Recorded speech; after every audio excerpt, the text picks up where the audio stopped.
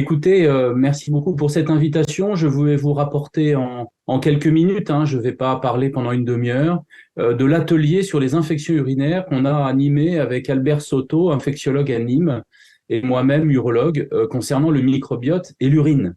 Donc, ce qui nous intéresse, c'est surtout, bien sûr, c'est l'infection urinaire. L'infection urinaire, qu'est-ce que c'est? C'est l'infection urinaire récidivante qui nous intéresse, celles qui font plus que 4, 5, voire 10 épisodes dans l'année. J'ai même certaines patientes, hélas, qui font 30 ou 40 épisodes dans l'année. Donc, on va voir, on va en parler quand même un petit peu parce que c'est difficile il faut planter le décor avant de parler du microbiote. Tout d'abord, puisqu'on a défini la cystite récidivante, parlons quand même de quelques examens complémentaires. Mais d'abord, je voudrais insister sur la physiopathologie. Et finalement, ça va introduire le microbiote. Pourquoi les femmes font des infections récidivantes des urines? Eh bien, on ne le sait pas. On a un certain nombre de théories avec cette adhésion de l'Escherichia coli sur l'épithélium vésical. Jacques Ravel nous a parlé de choses très intéressantes tout à l'heure. Et c'est vrai que cette physiopathologie est importante et permet de définir certaines thérapeutiques. Mais il y a aussi d'autres dogmes, d'autres théories, et notamment l'internalisation de certaines bactéries dans l'épithélium.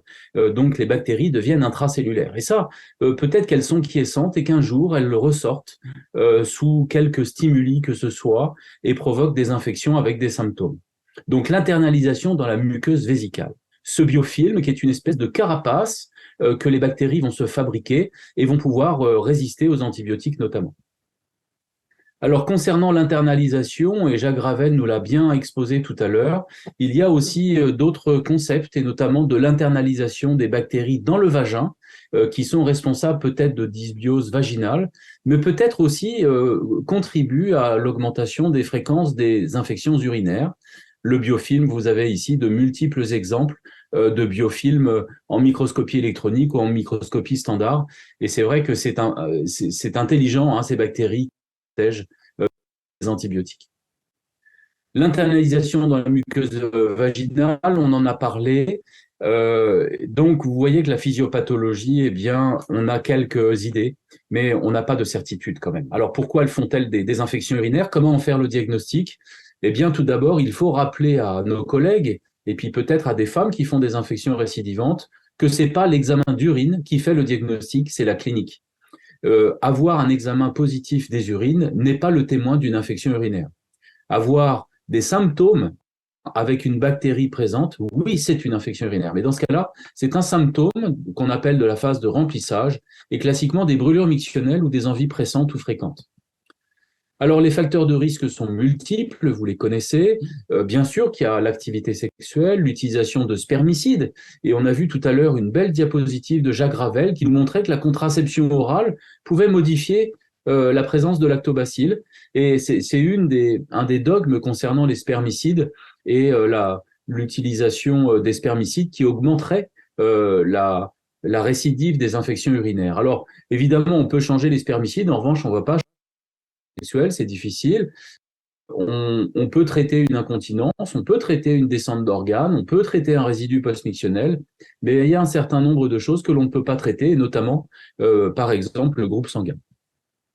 Alors, les examens indispensables, il faut vous les rappeler, le catalogue mictionnel, la débimétrie, le résidu, et puis l'endoscopie, peut-être une cystoscopie et un scanner. Il faut éliminer les causes simples avant de parler du microbiote.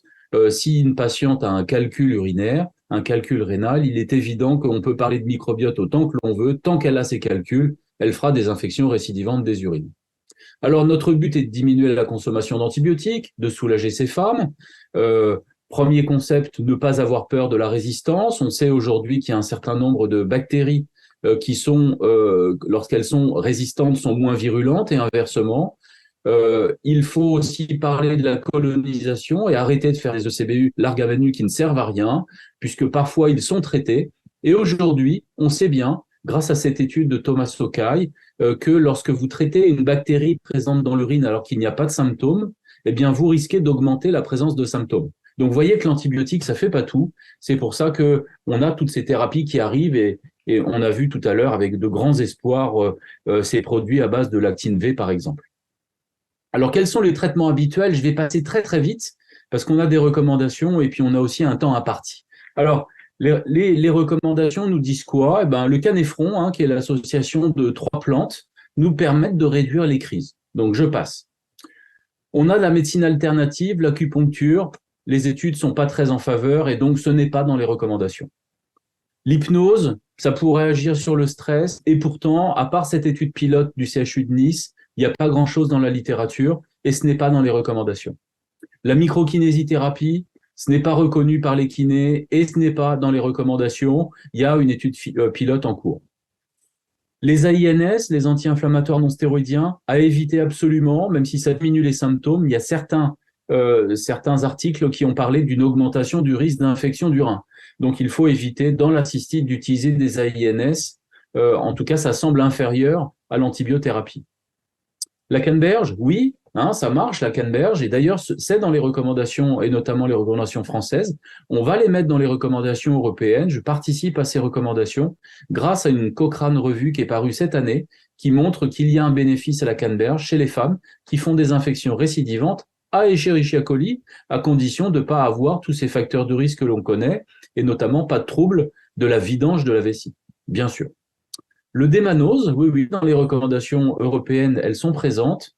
Et d'ailleurs, dans les recommandations européennes, nous avons parlé de l'ancienne Cochrane revue. Il y en a une nouvelle qui est sortie qui montre l'efficacité du démanose potentiellement.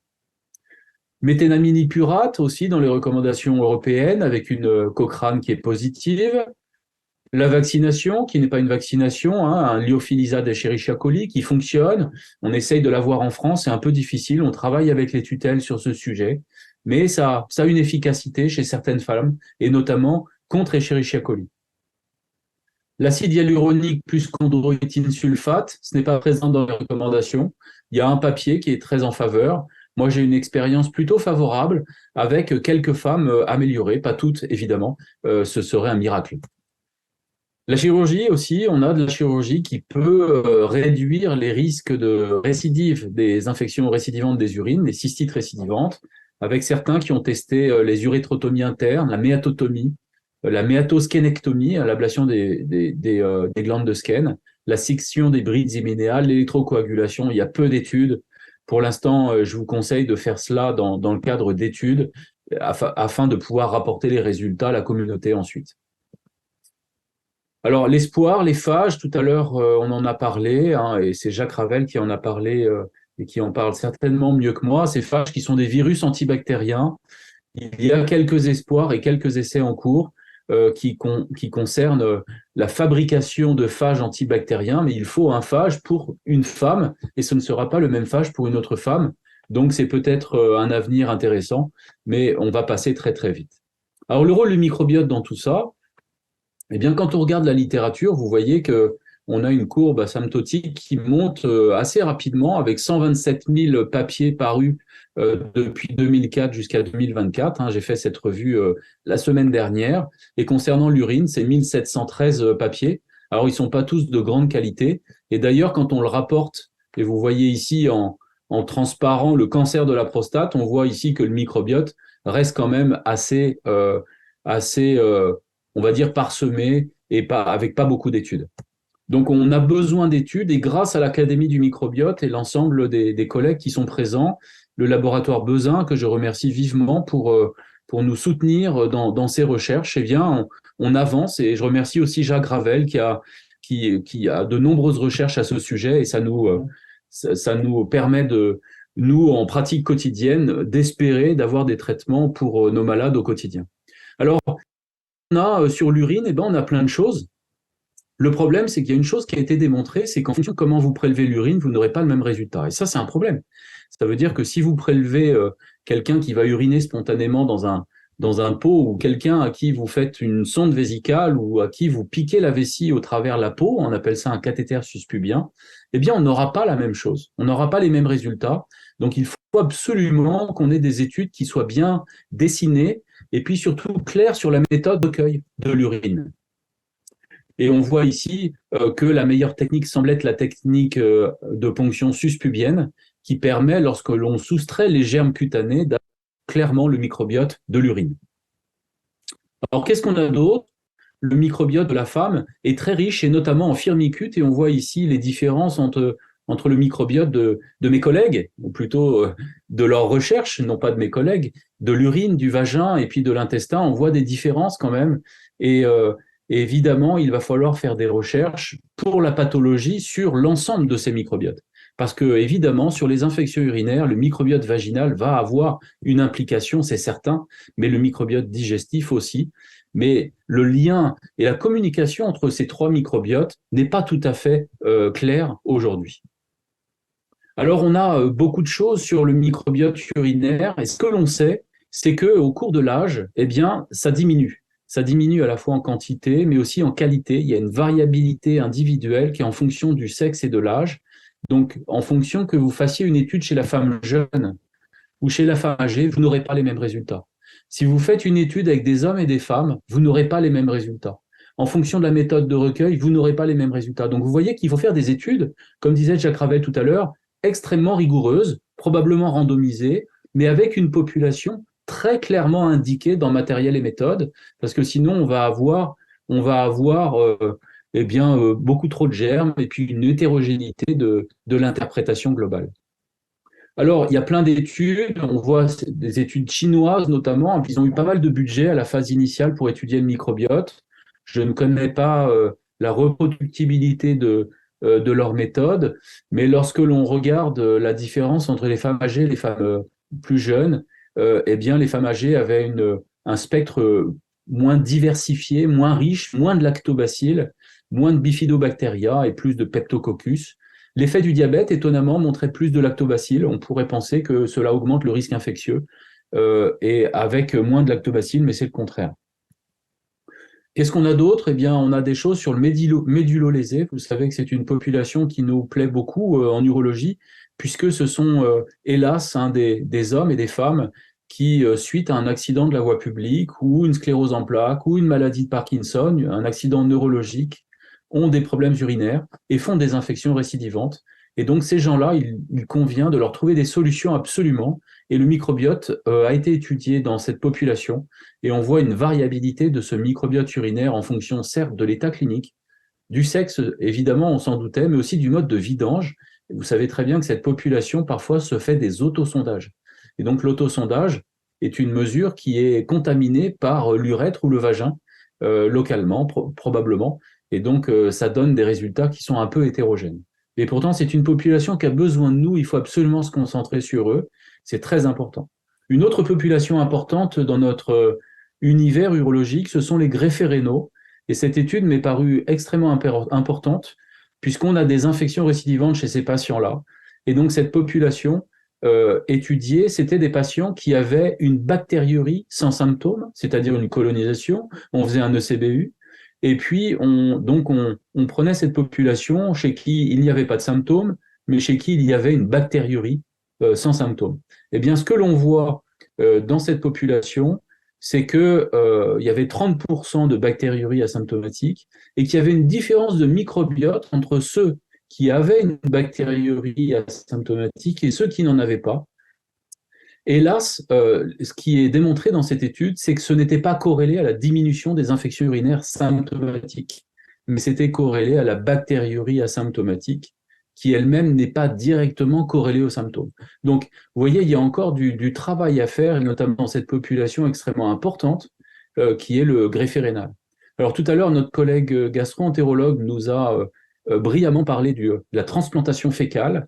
Eh bien, on voit ici l'interaction entre l'urine et cette transplantation fécale, puisque cette étude, dont la mise à jour récente est parue en 2023, a montré que la transplantation fécale, qui était dans un but de réduire le Clostridium difficile, a montré qu'il y avait aussi une réduction potentielle des infections urinaires symptomatiques chez ces patients.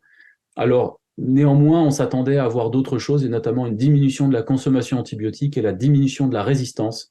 Et là, ce n'est pas le cas sur cette mise à jour qui concernait quand même, on voit 107 malades avec une transplantation fécale et 105 malades avec ce qu'on appelle le standard of care, c'est-à-dire une prise en charge tout à fait habituelle avec antibiothérapie.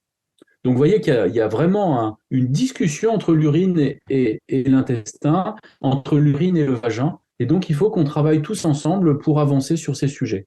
Alors, évidemment, on va dire beaucoup plus de lactobacilles chez les femmes qui ne font pas des infections urinaires récidivantes. Il suffit de leur donner des lactobacilles et ça va aller mieux. Alors, nous attendons avec impatience les résultats de Jacques Ravel sur ces nouvelles thérapies. Mais ce que l'on a, c'est l'étude de Stapleton qui date de 2011, parue dans CID, qui était une très belle étude. Néanmoins, les patientes, lorsqu'on regarde la population, eh bien, elles avaient un épisode traité dans les 12 mois, ce qui n'est pas du tout la définition de l'infection urinaire récidivante. Le design de l'étude, je vais passer vite, c'était avec des lactines V, mais maintenant, évidemment, le design serait différent. Et donc, c'est l'étude qui nous permet de dire aujourd'hui qu'il faut donner des lactobacilles vaginaux aux femmes qui font des infections urinaires récidivantes. Alors, les recommandations que vous voyez ici, hélas, sont un petit peu plus timides concernant la prophylaxie avec les probiotiques vaginaux, puisqu'on voit que le bénéfice est pour l'instant de trop faible qualité pour le recommander au quotidien. Donc en conclusion, je dirais qu'il faut savoir remettre en cause le diagnostic d'infection urinaire récidivante. Ne traitons pas par antibiotiques des ECBU. Ça, c'est une erreur franchement très importante et ça augmente le risque de symptômes. Donc il faut arrêter ce traitement des ECBU systématiques et voire même arrêter les ECBU systématiques. Donc jamais ou presque d'antibiotiques de fond. Aujourd'hui, les recommandations vous disent bien qu'on peut donner des antibiotiques à une femme qui fait des infections récidivantes à partir d'une crise par mois, mais pas avant. Privilégier les méthodes douces, mais surtout celles qui sont prouvées. Et puis, dans un second temps, probablement ajouter quelques méthodes qui sont douces et pas prouvées. Et c'est là que va arriver probablement le microbiote très rapidement. Il faut céder de la chirurgie de temps en temps, travailler en réseau avec les microbiologistes, les gynécologues et les infectiologues et les gastroentérologues lorsqu'il s'agit de problèmes gastroentérologiques. Et concernant le microbiote, vous voyez qu'il y a une variabilité interindividuelle extrêmement importante en ce qui concerne l'urine, en fonction de l'âge, du sexe, des méthodes de prélèvement d'urine et du mode mictionnel, et notamment chez les patients neurologiques. Il y a de multiples biais dans les études qu'il faut effacer, notamment l'hétérogénéité des populations, l'antibiothérapie prise dans les 6 mois et probablement l'alimentation et l'environnement qu'il faut intégrer à nos études. Les infections urinaires sont corrélées à une diminution de l'abondance du microbiote, notamment la diminution des firmicutes et du lactobacille, une augmentation d'autres germes émergents comme l'aérococcus par exemple. Alors l'impact sur le traitement aujourd'hui, on ne sait pas. On attend avec impatience les résultats de Jacques Ravel. Je vous remercie.